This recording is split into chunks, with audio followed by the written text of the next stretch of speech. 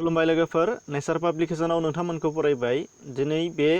भिडिअनि गेजेरजों नोंथांमोननो मोनाबिलिनि खौरां होनो लानाय जादों मोनाबिलिनि खौरांजों लोगोसे नोंथांमोनखौ बाहाय सावरायनायबो नुनो मोननाय जागोन फैदो जागायलांदिनि मा बिथिंनि सायाव नोंथांमोननो दिन्थिनो लानाय जादों जागायलांनायनि सिगां नोंथांमोना बे चेनेलखौ साबस्क्राइब खालामाखैबा खालामना लानो हानाय जागोन नटिफिकेशन बेल थुनानै आपडेट लानो हानाय जागोन दा फार्स्टआव नुनो मोनगोन 13 मे हठात 13 मेनि बेलासिसिम जोंनि आसामनि कर'ना भाइरासनि थासारि बेवहाय नोंथांमोननि सिगाङाव आङो थोंजोङै दिन्थिनो लादों गासै एक्टिभ दा बर्तमान एक्टिभ पेसेन्ट जानानै दङ 22 सा बेनिफ्राय थैनाया सानै थैनानै थांबाय बे थैनाया सानैनिफ्राय आरो बारायबावाखिसै दा बिनि उनावहाय आरोबाव गोदानै जायो ना हामलाङो बेयाव उननि बाथ्रा नोंथांमोना आपडेट मोननो हानाय जागोन नैथियाव दिन्थिनो लानाय जादों आसामनि कार्बि आंलंनि तरसां रंहा मुंनि सासे सुबुङा तामिलनाडुआव सुइसाइड जादों हठात गावखौ फोजोबना लादों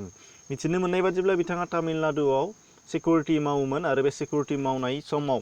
बिथाङा दानि बन्द जेनाखि लकडाउन बे लकडाउननि थाखाय गावनि न'आव फैनो नाजागासिनो थादोंमोन होनदों जानो हागौ बिथाङा गोबां जेंनाजों मोगा-मोगि जानांदों नाथाय फैनो नाजासेयावबो हायैजों बिथाङा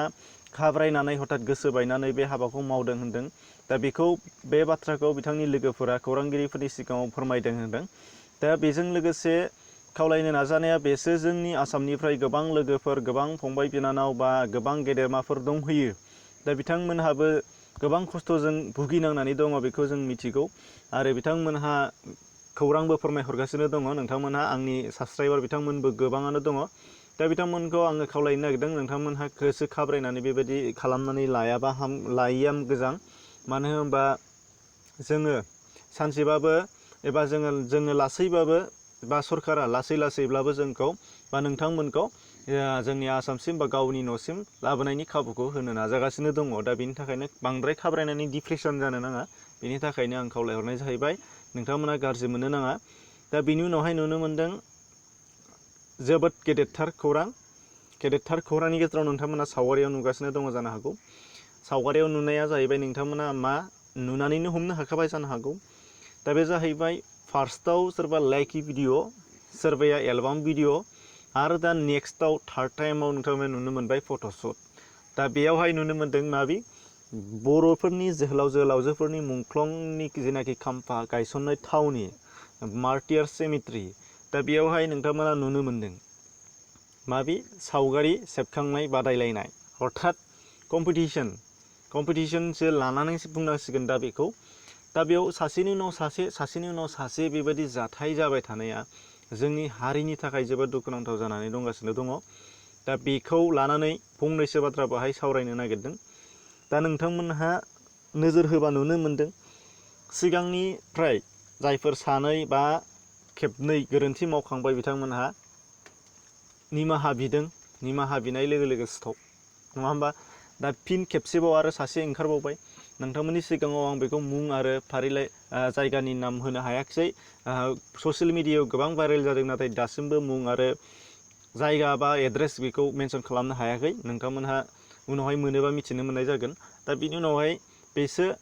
बिथांमोन खेबथाम खालामनायनि अनगायैबो गोबां बार फैबावगोन बुंनो हाया फैया होननानै नाथाय फैबावगोन आरो माखासेया जुदि भाइरेल जायोबासो जों मिथियो भाइरेल जायालासे गोबाङानो थाङोबो जानो हागौ दा बेसो खेबसे नङा खेबनै नङा बार जासेयावबो मानो बेखौ मेनटेनेन्स खालामग्राफोरा दासिमबो जेबो खालामनो हायाखै अर्थात खालामदोंमोनब्लाबो जेनेबा हमनानै ला सिगांनि मोननै भाइरेल जाखांनायनि सिगाङावनो शुट खालामखानायमोनबो जानो हागौ नैबे भिडिअ नैबे पिक्सारा अब्लाबो दा बेखौ बुंनो नागिरनाया बेसो जे जोंनि जेनाखि खुंथाय एबा जोंनि जेनाखि दैदेनगिरिफोर बिथांमोनहा बेफोरनि सायाव जानो हागौ बावलांबायबो जानो हागौ मानो होनबा जोंना थासारिया नोंथांमोना नुनो मोनगासिनो दङ थोंजोङै बुंनो हायो जोंनाव राजखान्थिनि गोबां बारहावा हाबनानै दङ जायाखैबा मोजां खोथा नाथाय जादोंबा बेयो जोबोद दुखुनांथाव बाथ्रा गावबा गावनि राजखान्थियारि बा राजखान्थिनि खोथाखौ लानानैनो गिलायलायनानै जुदि बेफोरबादि सुबुंफोरनि सायाव जोङो नांगौबादि राहा लानो हायाब्ला बेयो जोंनि हारिनि थाखाय गोबां खैफोद राजखान्थिया मा फैयो थाङो नाथाय हारिया बेनो बे थाबाय थायो हठात गोबां जोरनानै थांनांगौनि गोनांथि दङ दा बिनि थाखायनो बिथांमोना जिहेतु थैनानै थांबाय बिथांमोनखौ जों मान सनमान होनो रोङिया जोंनि गोबां गेदेर जायखौ लाइमोनफोरा खालामगासिनो दङ आरो बेखौ लाइमोनफोर खालामनायखौ जों बादा होनानै गेदेमाफोरा जुदि बादा होनानै जुदि बिनि सायाव राहा लानो हायाबा आरो बियो लाइमोनफोरनिफ्राय देरसिन दायनिगिरिया बै गेदेमा बिथांमोना जानो हागौ। दा बेनिखायनो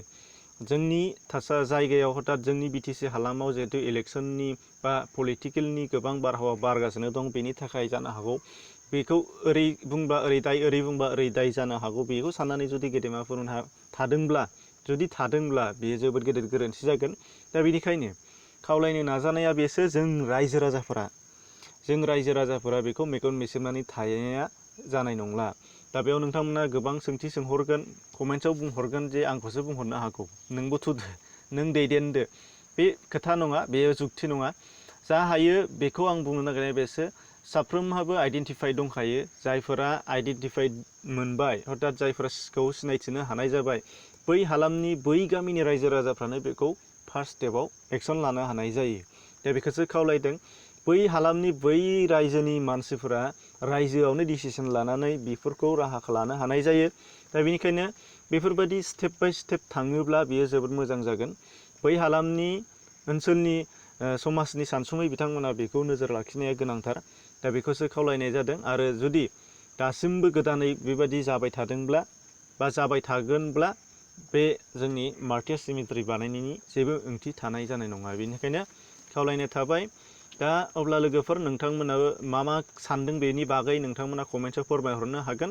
बेनि माबा मोनसे मोजां आइडिया मोनो नामा नोंथांमोननिफ्राय, नोंथांमोनखौ आङो आसा खालामो नोंथांमोनहाबो कमेन्ट हरगोन। दा बेखिनिमोन लोगो नोंथांमोन। डिसक्रिपसनाव गोबां लिंक दङ आरो नोंथांमोना प्लेलिस्टआव थानानै गोबां गुबुन गुबुन खौरां लानो हानाय जागोन। नायनायनि थाखाय साबायखर बावबाय। गोजोन्थों।